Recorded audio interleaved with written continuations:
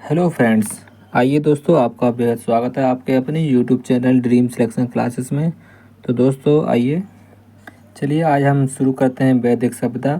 और कल आपने देखा था हमने कल जो सभ्यता ख़त्म की थी वो थी सिंधु घाटी सभ्यता। तो दोस्तों सिंधु घाटी सभ्यता को ख़त्म करने के बाद में उसके जस्ट बाद ये सभ्यता शुरू होती है, उसे कहते हैं वैदिक सभ्यता। तो दोस्तों आपसे एक रिक्वेस्ट है, आप अगर हमारे चैनल पर नए हैं तो आप हमारे चैनल को सब्सक्राइब करें और लाइक करें, ठीक है दोस्तों। और अपने दोस्तों के पास इस वीडियो को ज़रूर भेजें ताकि उन्हें अभी कुछ ना कुछ बेनिफिट ज़रूर हो। तो आइए दोस्तों, इस वैदिक सभ्यता में हम देखेंगे क्या क्या है इसके बारे में। तो दोस्तों इसमें हम जो पढ़ने वाले हैं वो है इसका टाइम पीरियड देखेंगे, कब तक का समय है, और आगमन का टाइम देखेंगे, कौन कौन इस टाइम पर जो वैदिक काल में कौन लोग आए थे और किन की ये सभ्यता थी, ठीक है दोस्तों, उसके बारे में जानेंगे। वेदों का अर्थ समझेंगे और जो वर्णन दिया गया है, वेद दिए गए हैं कितने प्रकार के होते हैं, जो 4 वेद होते हैं, फिर ब्राह्मण ग्रंथ, कुछ अरण्यक होते हैं और लास्ट में जो होते हैं उपनिषद, इनके बारे में जानेंगे। वहीं इसकी जो राजनीतिक व्यवस्था थी वो हम पढ़ेंगे। सामाजिक व्यवस्था कैसी थी, सामाजिक जीवन कैसा था इनका, वो हम जानेंगे। उसके जस्ट बाद देखेंगे तो धार्मिक जीवन कैसा रहा है इनका, धार्मिक जीवन कैसा रहा है इनका जो वैदिक सभ्यता में, वो भी हम पढ़ेंगे। और उसके जस्ट बाद धार्मिक के बाद में फिर आ जाएंगे आर्थिक व्यवस्था कैसी थी और अन्य तथ्य में कुछ रह बची बातें वहाँ देख लेंगे। तो चलिए दोस्तों, तो फिर शुरू करते हैं। तो दोस्तों जो वैदिक सभ्यता है, जो उसका जो टाइम पीरियड है वैदिक सभ्यता का, वो टाइम पीरियड है 1500 ईसा पूर्व से लेके 600 ईसा पूर्व तक का। कब तक का टाइम पीरियड है? तो 1500 बीसी से लेकर 600 ईसा पूर्व तक, यानी 600 बीसी तक का। और 600 के टाइम पर 600 बीसी के आसपास ही फिर 563 ईसा पूर्व में बुद्ध का समय आ जाता है, यानी बुद्ध काल शुरू हो जाता है और गौतम बुद्ध का जो टाइम पीरियड है वो चलता है, ठीक है दोस्तों। तो वैदिक सभ्यता को हम 2 भागों में बांट के पढ़ेंगे।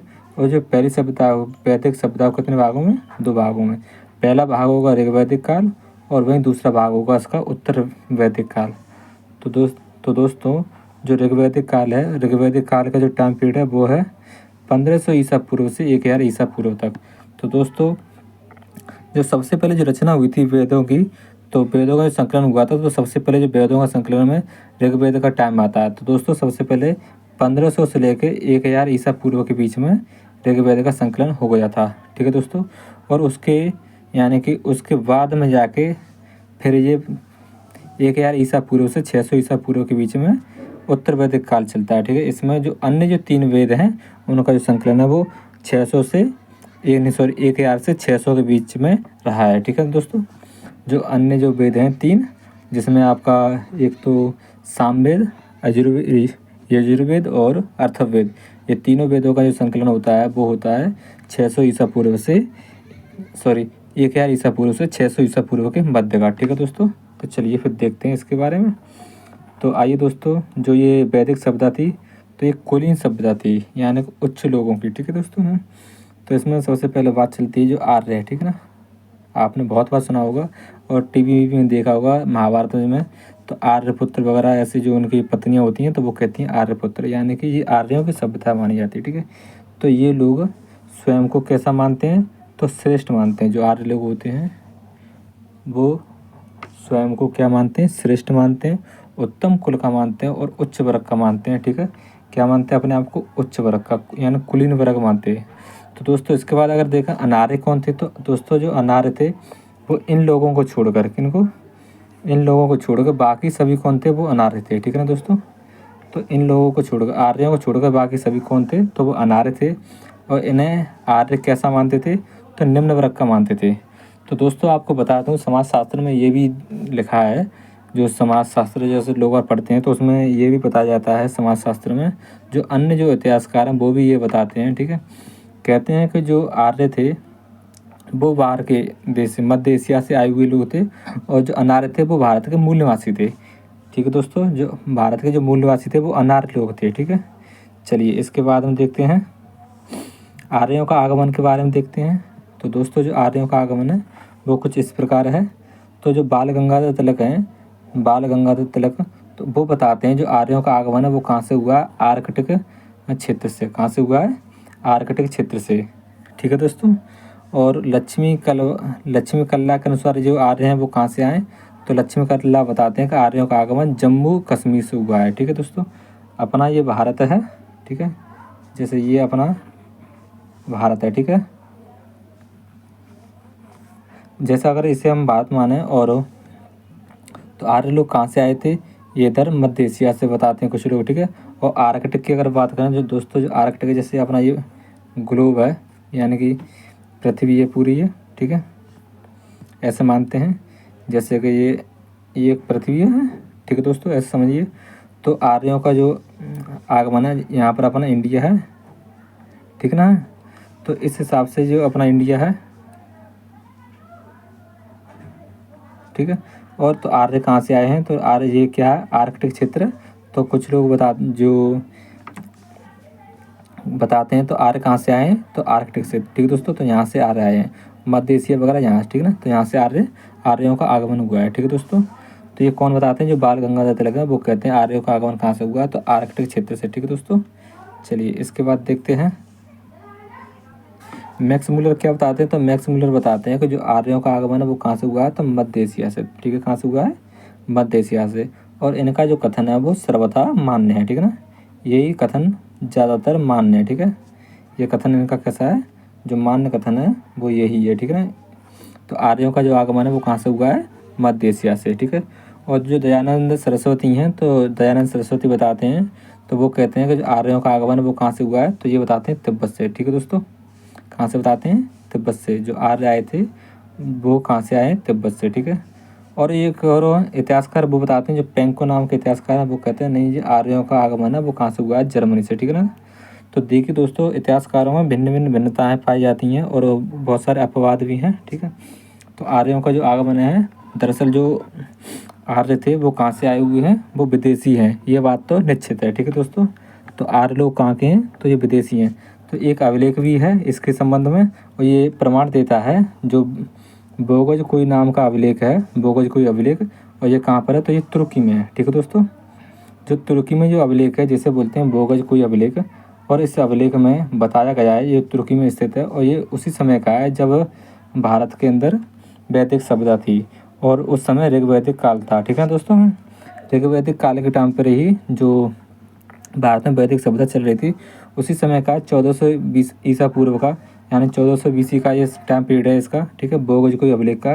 तो इसमें बताया जाता है इस समय भारत में कौन सी सभ्यता थी, तो वैदिक सभ्यता थी, और इसमें बताया जाता है जो वैदिक देवताओं के नाम भी इसमें बताए गए हैं, जिसमें इंद्र और मित्र और नासत्य वरुण। ठीक है दोस्तों, इंद्र, मित्र और नासत्य और वरुण, ये 4 देवता हैं, और भी देवता हो सकते हैं। ठीक है, इनका जो वर्णन है, इनका जो नाम है वो कहाँ पर मिला है, इन सभी का नाम कहाँ मिला है, तो ये बोगज कोई अभिलेख में मिला है।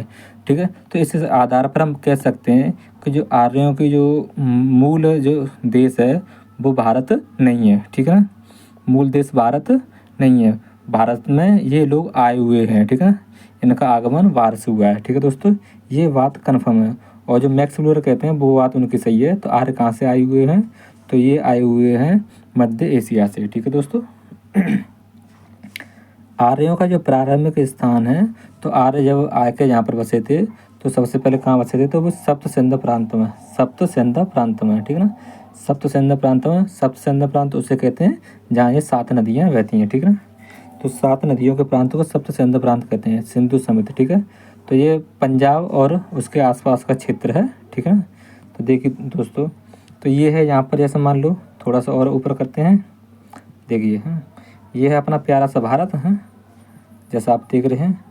तो ये क्या है, तो ये अपना प्यारा सा भारत है। ठीक है, और यहाँ पर जो आप देख रहे हैं ये है पंजाब।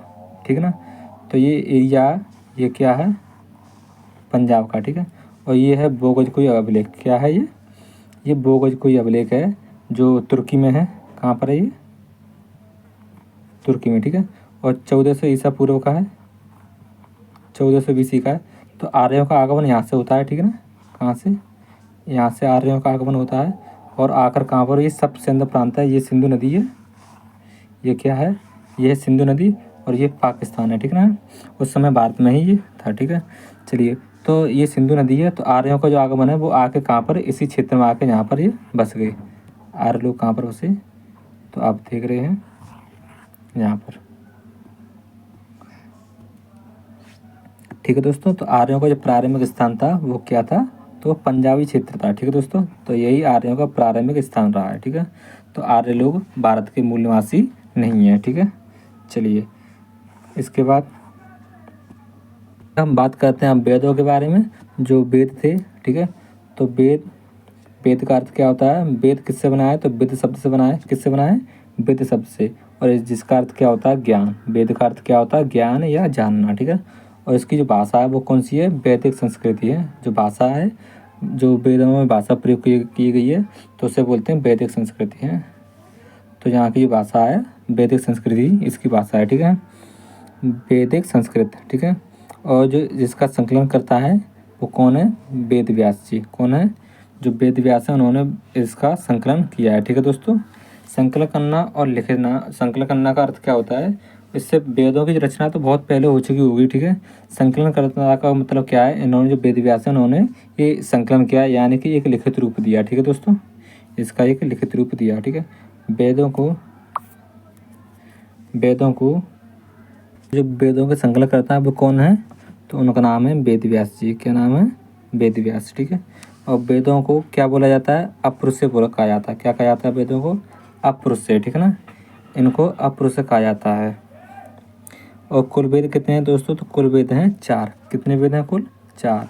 तो चारों वेदों को यहाँ पर नाम दिए गए हैं, उन नाम को आप जान लीजिए। तो पहला वेद कौन सा है, वो है ऋग्वेद, ये सबसे पुराना वेद है। दूसरा है यजुर्वेद, तीसरा है सामवेद, और चौथा है अथर्ववेद। ठीक है, तो दोस्तों इन तीनों को मिलाकर, जो ये तीनों ऊपर वाले, इन तीनों को मिलाकर क्या बोलते हैं, इन्हें वेद त्रयी बोलते हैं। क्या बोलते हैं, वेद त्रयी या त्रिवेद बोलते हैं। क्या बोलते हैं, त्रिवेद या वेद त्रयी बोलते हैं। ये इन्हें प्रथम स्थान मिला है, इन्हें क्या मिला है, प्रथम स्थान पर रखते हैं इनको। और ये अथर्ववेद है, इसकी रचना बाद में होती है, इसका संकलन कब होता है, बाद में होता है। और इसे वेद का दर्जा कब मिलता है, तो बाद में मिलता है। शुरुआत में जब ये वेद लिखा गया था तब इसे वेद का दर्जा नहीं मिला था। तो केवल मान्यता कितने वेदों की थी, तो वो 3 वेदों में थी। ठीक है, 3 वेदों की मान्यता थी। उनमें भी जो ऋग्वेद है वो सबसे प्राचीन वेद है। ठीक है दोस्तों, कैसा है, सबसे प्राचीन वेद है। तो आइए ऋग्वेद के बारे में जानते हैं। ऋग्वेद कैसा है, तो आपने बताया, ये मैंने बताया, ये क्या है, सबसे प्राचीनतम वेद है।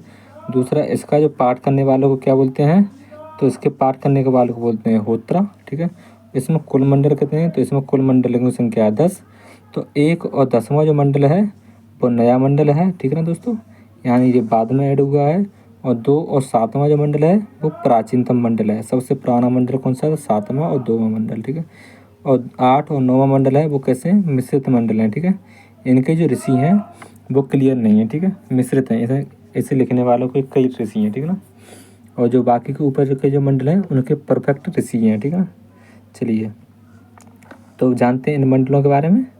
तो देखिए, ये सबसे पहले दूसरा मंडल देखते हैं। तो सेकंड मंडल है, हम सबसे पहले स्टार्टिंग करते हैं दूसरे से। तो इसके जो ऋषि हैं वो कौन है, तो इसके ऋषि हैं ग्रस्यमद। क्या नाम है, ग्रस्यमद। और इसका जो वर्णन है वो आर्य और अनार्य का वर्णन मिलता है इसमें। ठीक है, सेकंड मंडल में किसका वर्णन मिलता है, यानी कि किसकी डिटेल दी गई है, तो इसमें आर्यों की और अनार्यों की। ठीक है ना दोस्तों, आर्य और अनार्यों का इसमें डिटेल मिलता है। ठीक है, ये ध्यान रखना है। और इसके बाद में जो तीसरा मंडल है, और तीसरा मंडल के जो ऋषि हैं वो कौन है, तो विश्वामित्र जी हैं। और इसमें जो गायत्री मंत्र दिया गया है, क्या दिया गया है, इसमें गायत्री मंत्र दिया गया है, और गायत्री मंत्र इसी से संबंधित है। ठीक है, ओम भूर्भुवः स्वः वाला, ठीक है, ये मंत्र है, तो वो गायत्री मंत्र इसी में है। ठीक है, और जो गायत्री मंत्र वो किसको समर्पित है, तो भगवान विष्णु को, भगवान सूर्य को समर्पित है। ठीक है ना, किसको, तो ये सूर्य को समर्पित है। ठीक है, ये ध्यान रखना है आपको। चलिए इसके बाद जानते हैं। इसके बाद जो चौथा मंडल है उसे देखते हैं। तो चौथा मंडल किसके लिए है, तो ये फोर्थ मंडल है। इसके जो ऋषि कौन है, तो वामदेव हैं। कौन है, वामदेव को समर्पित है ये। और ये कृषि से संबंधित वेद है, ये कृषि संबंधित मंडल है, ठीक है। इसमें कृषि के बारे में डिटेल दी गई है, खेती कैसे की जाती थी उसके बारे में सारी जानकारी कहाँ पर दी गई, तो चौथे मंडल में दी गई है। वहीं पाँचवें मंडल की बात करें तो इसके ऋषि हैं अत्रि, और इन्होंने समाज और धर्म से संबंधित इस मंडल को लिखा है, ठीक है ना। इसमें समाज और धर्म के बारे में बताया है, ठीक है। समाज कैसा होगा और धर्म कैसा होगा वो सारी बात जानकारी किस में, तो पाँचवें मंडल में। और जो छठा मंडल है उसमें का जो ऋषि हैं उसके ऋषि कौन है, भरद्वाज है, और इसमें ऋषियों की वंशावली दी गई है, ठीक है ना दोस्तों। तो छठे मंडल में क्या दी गई है, तो ऋषियों की वंशावली दी गई है कि पहले ऋषि कौन थे, उसके बाद में ऋषि कौन बने, उनकी सारी जो वंशावली डिटेल रहेगा पीढ़ी दर पीढ़ी वो किस में दी गई है, तो इसमें छठे मंडल में, ठीक है दोस्तों। इसके बाद जो सातवां मंडल है उसकी बात करते हैं। तो इसके जो ऋषि हैं वो हैं ऋषि वशिष्ठ, कौन है, तो इसके ऋषि कौन है, वशिष्ठ। और इसमें 10 राजाओं का युद्ध दिया गया है। तो 10 राजाओं में कुरु और जो राजा होते हैं ना पुरु हैं, ठीक है। और जो आर्य नार्य, ठीक है, वो एक तरफ, और एक भरत कबीला था और एक आर्य नार्यों का कबीला था, ठीक है। जिसमें भरत कबीले की विजय होती है और उसके बाद में भरत के नाम पर ही भारत नाम पड़ता है, ठीक ना। तो उसके बारे में दिया गया है। और इसमें आठवां जो मंडल है वो कैसा है, मिश्रित है।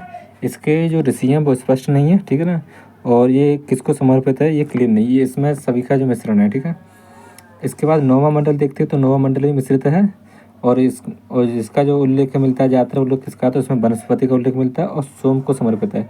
इसके ऋषि कौन है ये क्लियर नहीं है, ठीक है। इसके ऋषि कौन है, तो इसका ये चीज़ क्लियर नहीं है क्योंकि इसमें कई सारे ऋषियों का वर्णन मिलता होगा, ठीक है। जो 10वां मंडल है, तो दोस्तों 10वां मंडल बताता है वर्ण व्यवस्था को, किसको बताता है, तो वर्ण व्यवस्था को बताता है। इसका जो उल्लेख इसमें उल्लेख मिला है तो किसका, वर्ण व्यवस्था का उल्लेख मिला है, ठीक है।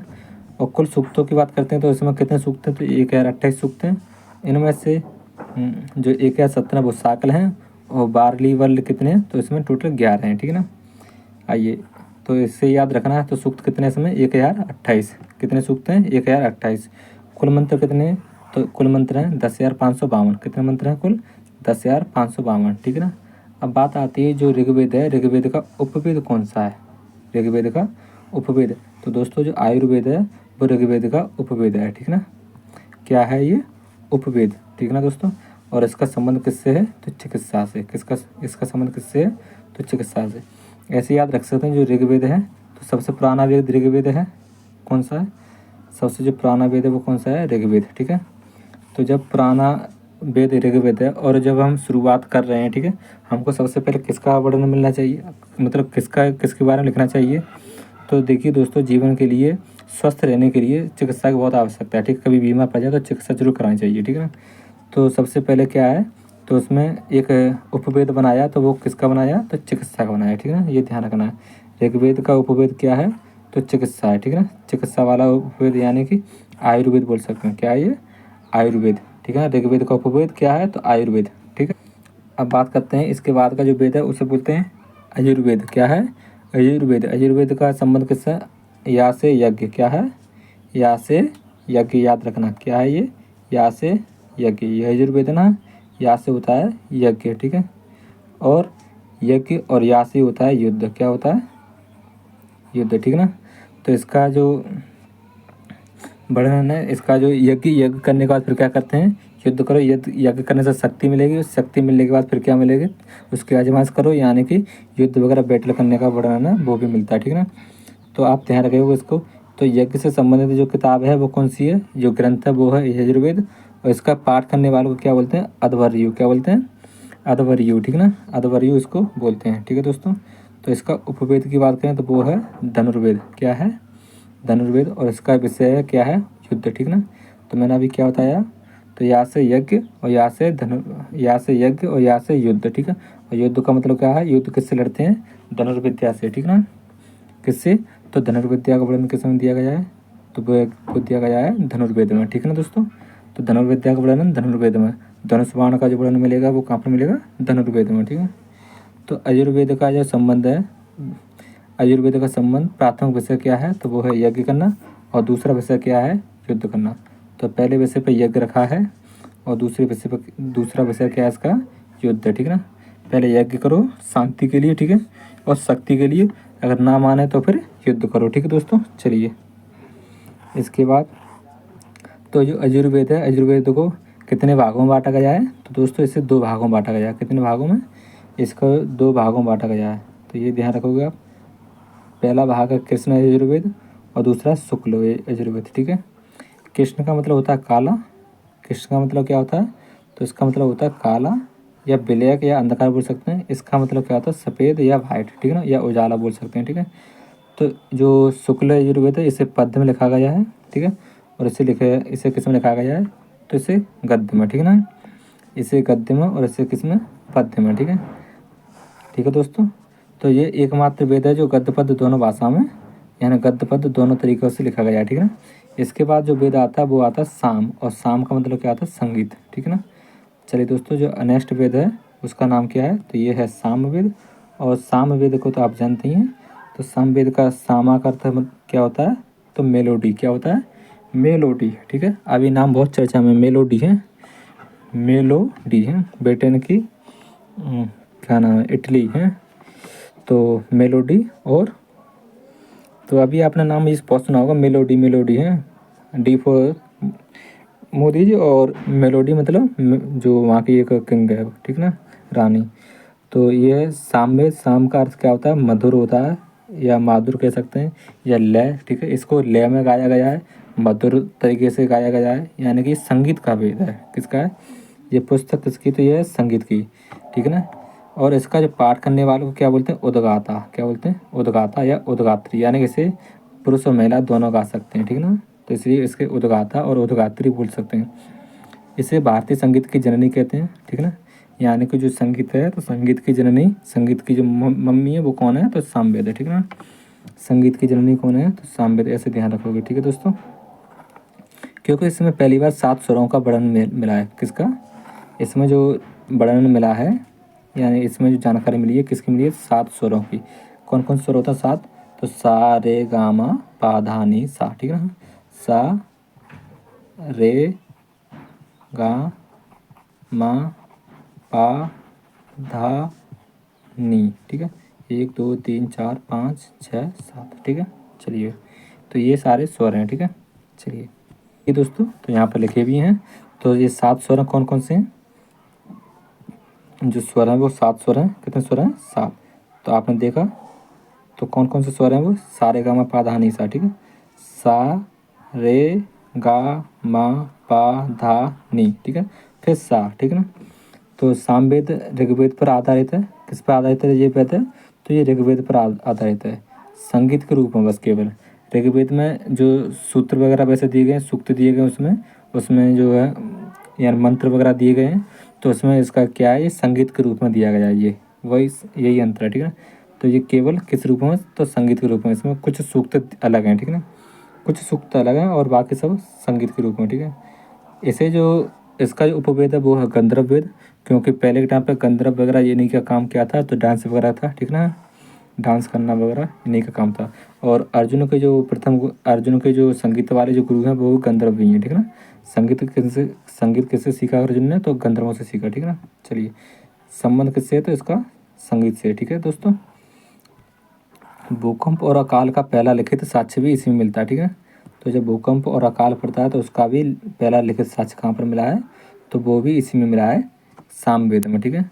और भूकंप आया हुआ, अकाल पड़ा हुआ, तो उसको भी लिख कर और गाया हुआ, ठीक है। चलिए, इसके बाद जो लास्ट जो वेद आता है वो अर्थववेद। अर्थववेद, ठीक है ना। और ये अंतिम वेद है। इसका जो पाठ करने वाले ऋषि हैं वो अथर्वांग कहलाते हैं। क्या कहलाते हैं? अथर्वांग या फिर ब्रह्मा कहलाते हैं, ठीक है ना। अथर्वा ऋषि, अथर्वांग से क्या है? अथर्वा ऋषि ने लिखा है, ठीक है ना। और अंग ऋषि, ये 2 ऋषि के मुख्य ऋषि हैं, ठीक है। तो इन्हीं के नाम पर है, ठीक है ना। तो अथर्वा ऋषि के नाम पर क्या है? अथर्ववेद, ठीक है दोस्तों। इसका संबंध क्या है? इसका संबंध है काला जादू से। किससे है? काला जादू से। इसका संबंध किससे है? तो आप ध्यान रखोगे तो काला ब्लैक मैजिक कर सकते हैं, ठीक है। इसे पढ़ने के बाद आप ब्लैक मैजिक कर सकते हैं, खोया हुआ प्यार वापस मंगा सकते हैं, ठीक है। कुछ भी खो जाए तो कोई चिंता नहीं, एक बार वेद पढ़ो इसी को और बाकी चीज़ें अपने बस में, ठीक है दोस्तों। चलिए, तो ये लोकप्रिय मान्यताओं और जादू टोना का वर्णन इसमें दिया गया है। अथर्ववेद में जादू मंत्र चिकित्सा, ठीक है, और जादू की प्रारंभिक जो परंपराओं का शामिल करता है, ठीक है। तो ये अथर्ववेद किसको शामिल करता है? तो प्रारंभिक जो जादू की प्रारंभिक परंपराओं को शामिल करता है और अन्य इंडो यूरोपियन जो साहित्यों को समान है ये। कैसे? इसके इसके जैसे और भी हैं जो वेद वगैरह, इसके जैसे जो अन्य जो और भी साहित्य वगैरह हैं वो यूरोपियन में, कहाँ पर इंडो यूरोपियन बोले जाते हैं। तो वहाँ के जो साहित्य हैं उसके समान जैसा इसमें भी है, ठीक है ना। तो इसमें स्वयंवर वाली प्रणाली देखी गई है। कैसी? स्वयंवर प्रणाली का इसमें पहली बार उल्लेख किया गया है, ठीक है दोस्तों। तो आप ध्यान रखोगे, तो आप क्या ध्यान रखोगे, ये लोकप्रिय मान्यताओं और जादू टोना का वर्णन किसमें मिलता है? तो इसमें मिलता है, ठीक है ना।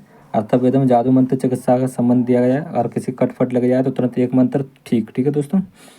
मंत्र लगाने से सारी परेशानियों का अंत हो जाता है। तो ऐसा इसमें जादू टोना का विवरण दिया गया है, ठीक है दोस्तों। तो इसके बाद हम जादू टोना से क्या क्या कर सकते हैं आप, ठीक है। तो दोस्तों जब आप जादू सीख जाओगे तो आप क्या सोचोगे, तुरंत ही आप एक महल खड़ा कर दें, कट जाए तो उसे तुरंत ठीक कर दें, ठीक है। तो ये आप शिल्प यानी कि जो शिल्पकार होते हैं उनका काम क्या होता है, यानी कि एक आकार देना, ठीक है। किसी चीज़ को, एक मूर्ति को आकार देना या किसी मकान को आकार देना, ठीक है। तो इनका काम होता है, जो शिल्पकार हैं, ठीक है, उनका काम होता है। और पहले शिल्पकार कौन थे? आपने नाम ही सुना होगा, विश्वकर्मा जी, ठीक है ना। तो दोस्तों ये सारे काम कैसे कर सकते हैं आप? ये सारे काम चुटकियों में करना चाहोगे तो इसके लिए आपको क्या करना होगा, अथर्ववेद को पढ़ना होगा और मंत्र सीखने होंगे और चुटकियों में आप काम कर सकते हो, ठीक है ना। तो ये इसलिए ये शिल्प वेद है ना, इसका उपवेद है, ठीक है दोस्तों। चलिए इतना ही बहुत है। इसके बाद देखते हैं नेक्स्ट। चलिए दोस्तों, तो आज हम फिर शुरू करते हैं ऐसे अब ब्राह्मण ग्रंथ को। तो हमने चारों वेद जाने, ठीक है दोस्तों। हमने वेद पढ़ लिए। वेदों के पढ़ने के बाद में अब क्या आता है, तो ब्राह्मण ग्रंथ आते हैं, ठीक है। तो ब्राह्मण ग्रंथ क्यों बनाए गए थे और ब्राह्मण तो ये क्यों बनाए गए थे? ये बनाए गए थे वेदों की व्याख्या करने हेतु। क्यों बनाए गए थे? वेदों की व्याख्या करने हेतु ये बनाए गए थे। और ये गद्य में लिखे गए हैं। किस में लिखे गए हैं? गद्य में, एक सरल भाषा में, ठीक है दोस्तों।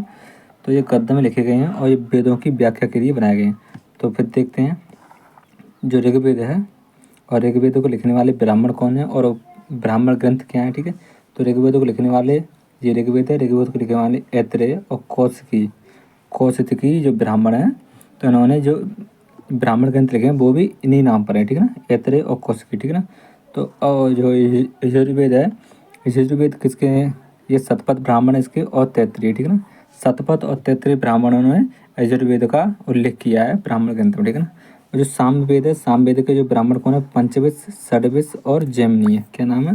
पंचविश, षड्विश और जैमिनी, ये ब्राह्मण है और उन्होंने इसको जो ब्राह्मण ग्रंथ में इसी नाम से लिखा है, ठीक है दोस्तों, ये ध्यान रखना है। और जो अथर्ववेद है, अथर्ववेद के ब्राह्मण कौन है? तो गोपथ है। कौन है? गोपथ, ठीक है दोस्तों। चलिए, तो इन्होंने ये ब्राह्मण ग्रंथ लिखे गए। इसको जो ये ऋग्वेद है और यजुर्वेद, सामवेद और अथर्ववेद, ये चार वेद हैं। इन चारों वेदों को सरल करके और सामान्य भाषा में जो यानी कि थोड़ा सा सरल करके इनका व्याख्या करके, तो वो किसने लिखे हैं? ब्राह्मणों ने। ये इनके ब्राह्मणों को नाम दिए गए हैं और इन्हीं नाम पर ये ग्रंथ लिखे गए हैं, ठीक है ना। चलिए, ये ब्राह्मण ग्रंथ भी हैं। इसके बाद आते हैं जो अरण्य क्या होते हैं। तो दोस्तों अरण्य का होता है जो जंगल। अरण्य का मतलब क्या होता है? जंगल, ठीक है ना।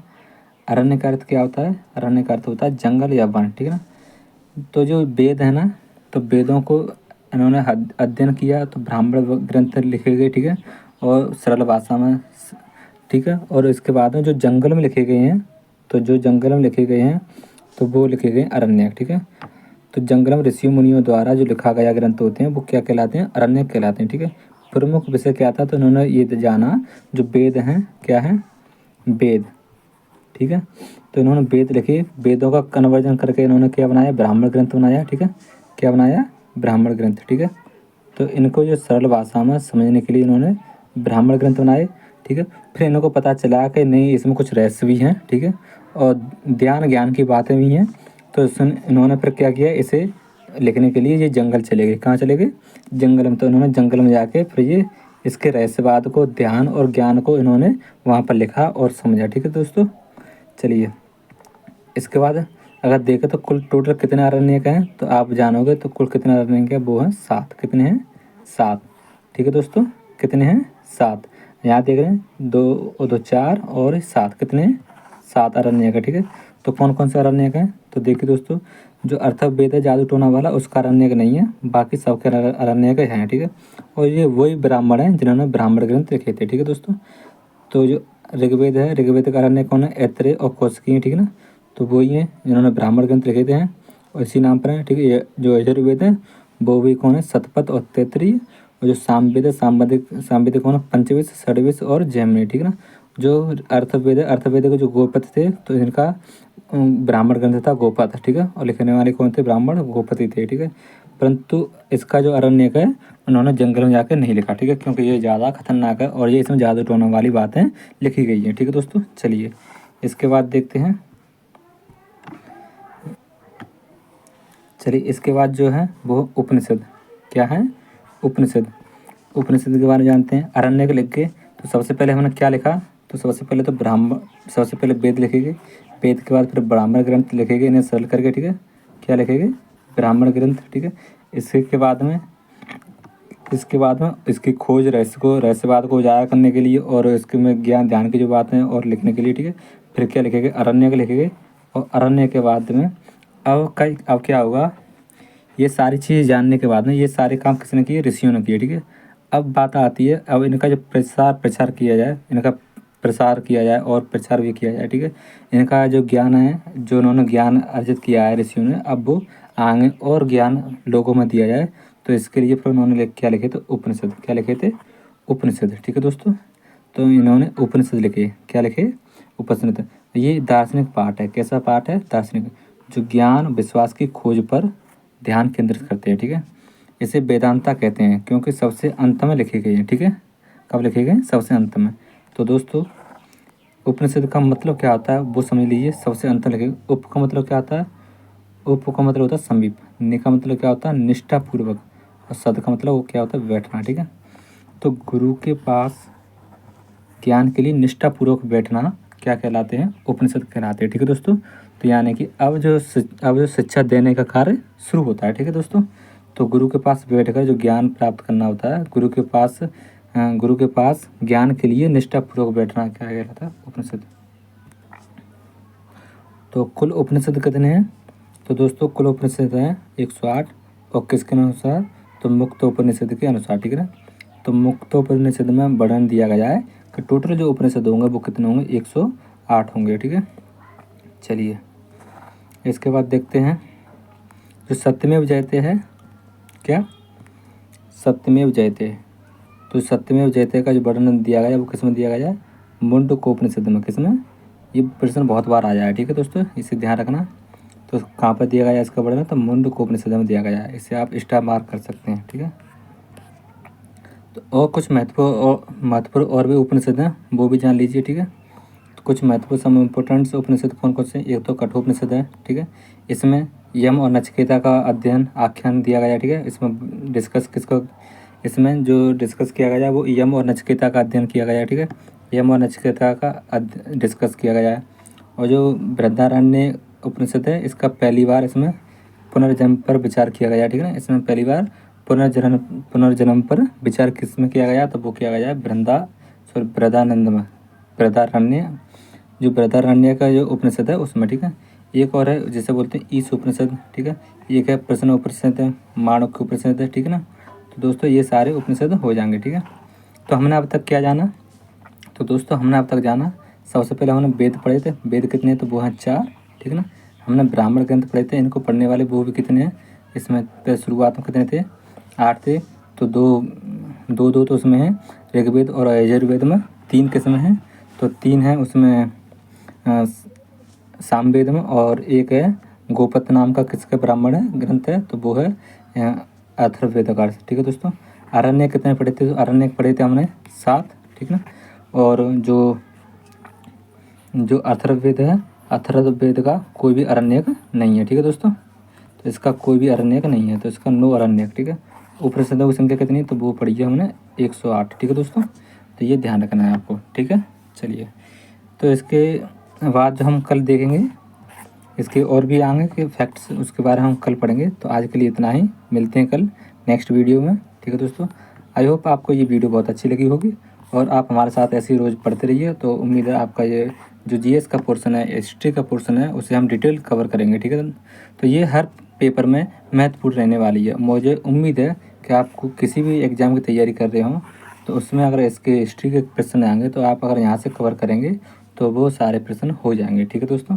चलिए एंड तक बने रहने के लिए धन्यवाद, और आप हमारे चैनल को सब्सक्राइब जरूर करें, क्या करें, तो सब्सक्राइब और लाइक करें, और इसमें जो बेल आइकन है घंटा, ठीक है, उससे जरूर दबाएं। ठीक है दोस्तों, चलिए बाय। आज के लिए इतना ही, मिलते हैं कल नई वीडियो के साथ में। जय हिंद।